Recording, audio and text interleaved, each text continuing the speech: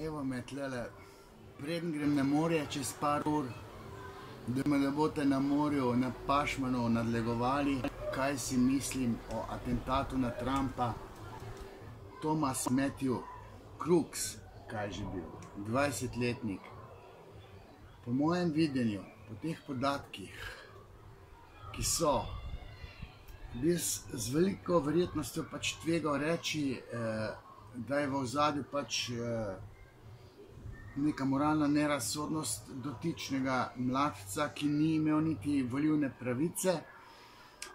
Bil je baje celo član republikanske stranke, pred par leti plačal članarino ali kaj je ta donacijo za Bidenovo kampanjo.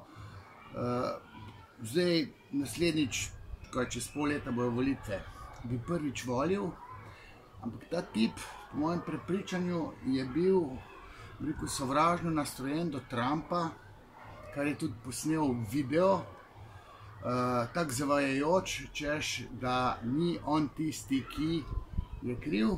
Ampak gledajte, teorije zarote ob takšnih senzacionalizmih, kot je ta atentat, se bodo pojavljale, ampak par ur po atentatu, mislim, se ve, da je on, ta Matthew po fotu, ali Thomas, kot mu je bilo ime, Crooks, storilec. Pripeljal se je, ne vem koliko, 60-70 mil tam svojega rodnega mesta, dobro uro potovanja je potreboval, da je prišel na kraj te konvencije, kaj je že imel tega govora, ni prišel seveda noter, splezal na tisto bajto. Jaz ne vem, kaj so delali tile varnostniki, ne? Zdaj, atentata že ni bilo na predsedniškega kandidata, pa na predsednika že, ne vem, od Reagana, tam v začetku 80-ih let, tako da seveda se ni pričakovalo. In niso bili pozorni, kljub temu, da tisti očividci, ki so videli tega Thomasa plezati na zgradbo, pa preskakovati eno zgradbo, streho ene zgradbe na drugo, da si tisto pozicijo, linijo, ne vem, 130 metrov čiste linije, očitno znal streljati, ni bil neumen, ker je bil v srednji šoli baje kar pameten in je pač tole zagrešil. Zdaj, pamet pa čustva ali pa psihična ranjenost nista v nobeni korelaciji, on je bil lahko 100-krat pameten. Ampak moralna razsodnost, ki jo pa očitno ni imel, razen če je bil bolan. Če je bil v kakšni, v 20 letih, se dejansko lahko prikrade psihoza v čustvovanje, če ima neko dispozicijo. Zdaj, da bi bil na nekih drogah, vse je tudi to možno, ne? Da se mu strgalo, halucinacije se potem pojavijo, trava recimo jih že daje, kaj šele druge droge. Da bi imel neko gensko dispozicijo za psihozo, šizofrenijo in da bi bil v kakšni akutni fazi, tudi to je možno, ampak to je majhna verjetnost. Po mojem videnju, pač, če mene vprašate in ponavadi se me sprašuje, ogromno sem danes tweetal, bi jaz rekel, da je v ozadju vendarle deficit v moralnem razsojanju in še neka jeza do očeta. Zato, ker Trump je načeloma simbolni oče in to negativni oče, se simbolni oče je bil tudi Obama, je Biden zdaj. Ampak ta Trump je za dotičnega Thomasa negativni oče, na katerega je strašansko jezen, zato ker, zdaj to tisto psihoanalitično bistvo, ker je bil kot otrok jezen, mogoče še vedno, na svojega zdaj ali biološkega očeta, ki je bil slab, ali pa na očima. Možni so materini ljubimci, na kateri bi bil jezen, ker Amerika je vendarle simbol mame, ne? Se pravi, z mamo tukaj ne bi imel problemov, ne? Teoretsko govorim, pa nič podatkov ne vem.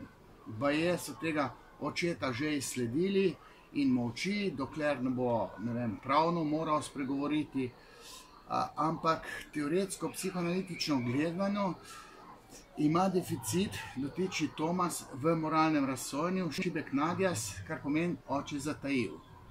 Po drugi strani ima pa potlačen bes do lastnega očeta, ki ga je pokasiral Trump, ki je, kakršen pač je, tudi je tak, ne bodi ga treba. Ta njegova reakcija po atentatu, mislim, je začudujoča, ne? To normalen človek ne more tako reagirati, ker ti veš, da si tam na udaru, lahko je atentat in on ni vedel, da je atentat, pa je vendarle, ne vem, to je egomanjak ali pa šok, da je bil tak.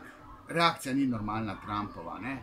Ampak zdaj to, da bo Trump zmagal na volitvah, to je pa enkrat eno, ne? To pa bo, ne? Celo Biden, recimo, bi se lahko umaknil, pa ne toliko, ker je senilen, pa tako, kakšen je, ampak zaradi tega incidenta bi se moral mogoče pa krivega čutiti, ker konec koncev, ne, posredno je bil kriv Biden, ne.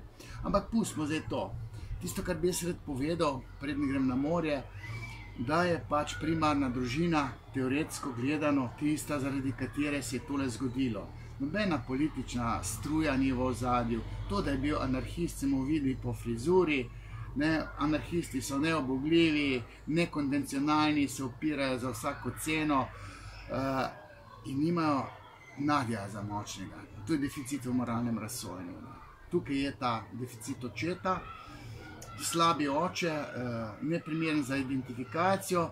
Zdaj, tudi je možno, da je še oče tudi tak bedak, pa da je hotel, ne vem, očetu izpolniti neko jezno željo, ki ima do Trumpa, pa da je, poglej me, oče, ti ne upaš, jaz pa upam, ampak mislim, da to ni v ozadju. Skratka, če mene vprašate, z veliko verjetnostjo trdim, da je v ozadju pač jeza malega dečka na lastnega očeta, mogoče očima, materine ljubimce. Mama ni ključna, kljub temu, da je simbol Amerike. On dela nekaj za Ameriko, torej za mamo.